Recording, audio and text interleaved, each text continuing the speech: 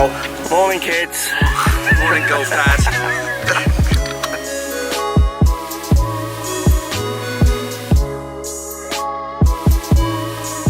Right, first course down, already moving on to the next course. Do you know what today's video is about, gentlemen?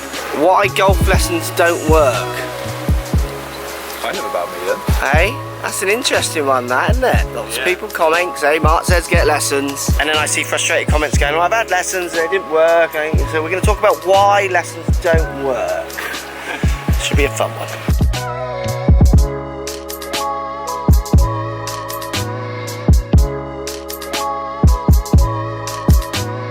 Right, first point, I think, my clubs are still on the buggy, why people don't get any better with lessons, and this saddens me to say this, but I do believe in this. I think there are plenty of poor lessons given. So I think there are plenty of people paying good money for lessons and not getting the information they deserve. So I actually believe that is one reason why people don't get better and still take lessons. I teach a lot of people who come to me and I ask what they've worked on in other lessons, and I just, it blows my socks off. I just think, well, that's not really going to help this person.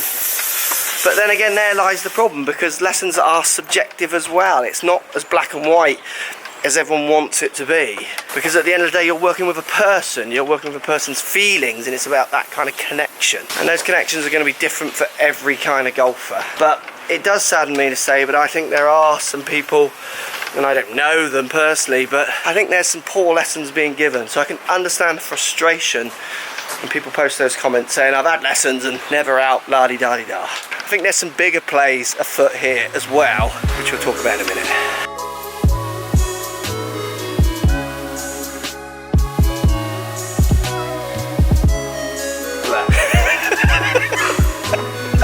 Is that all you've got? That's all I've got there. 4 balls. 4 balls left. 4 balls coach.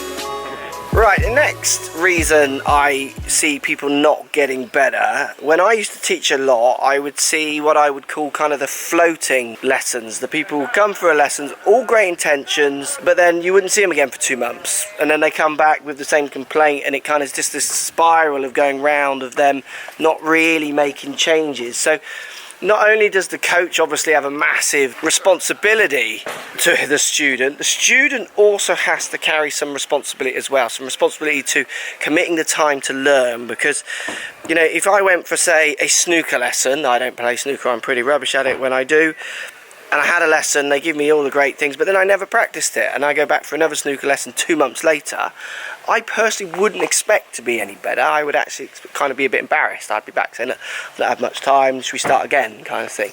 So it does need a certain amount of commitment, and I remember when I was teaching full-time, like lots of people every week, and I would say the floating lessons was the norm, and most coaches I know, certainly good coaches, worked hardest to trying to almost get rid of those people and fill their diary up with committed students, because it's better for the student and it's also better for the coach. It's very hard as a coach to kind of really care, really put your efforts in to see a student not trying as hard as you, if I can say that.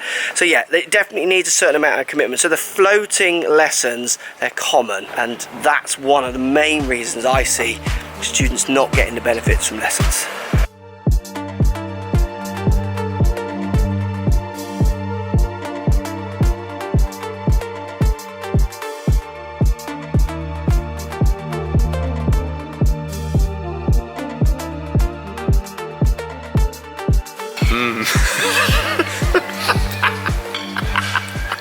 Minty. Oh, that Ray's working hard still. You and that computer, Ray. Is your boss on this trip? No.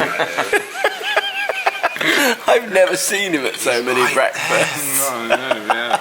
Matthew, you've got a point to make, I think. Yeah, lessons you're talking about, aren't you? Yeah, go on. Well, why people don't improve. They have lessons, but they're not improving, so they get upset and frustrated, and I get that. So lots of people come to me and they've had a lesson, but they don't understand what the lesson was about. Yeah. So they've left kind of more confused than what they turned up.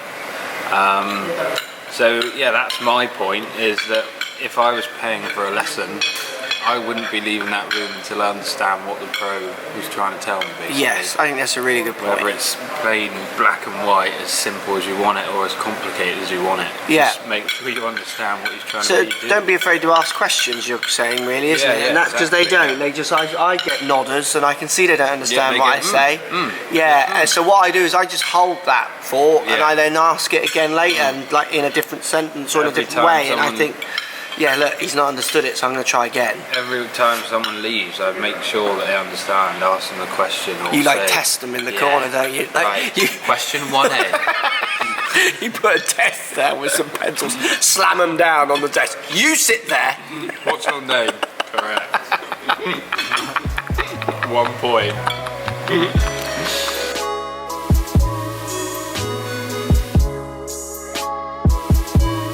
Oh, we've made it.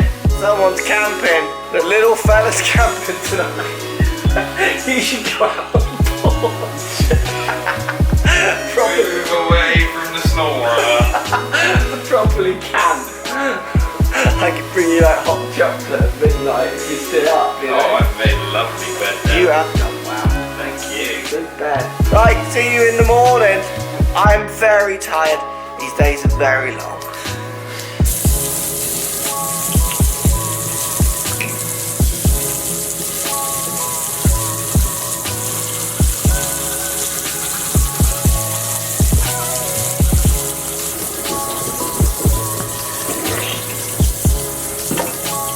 Pretty well, Matt.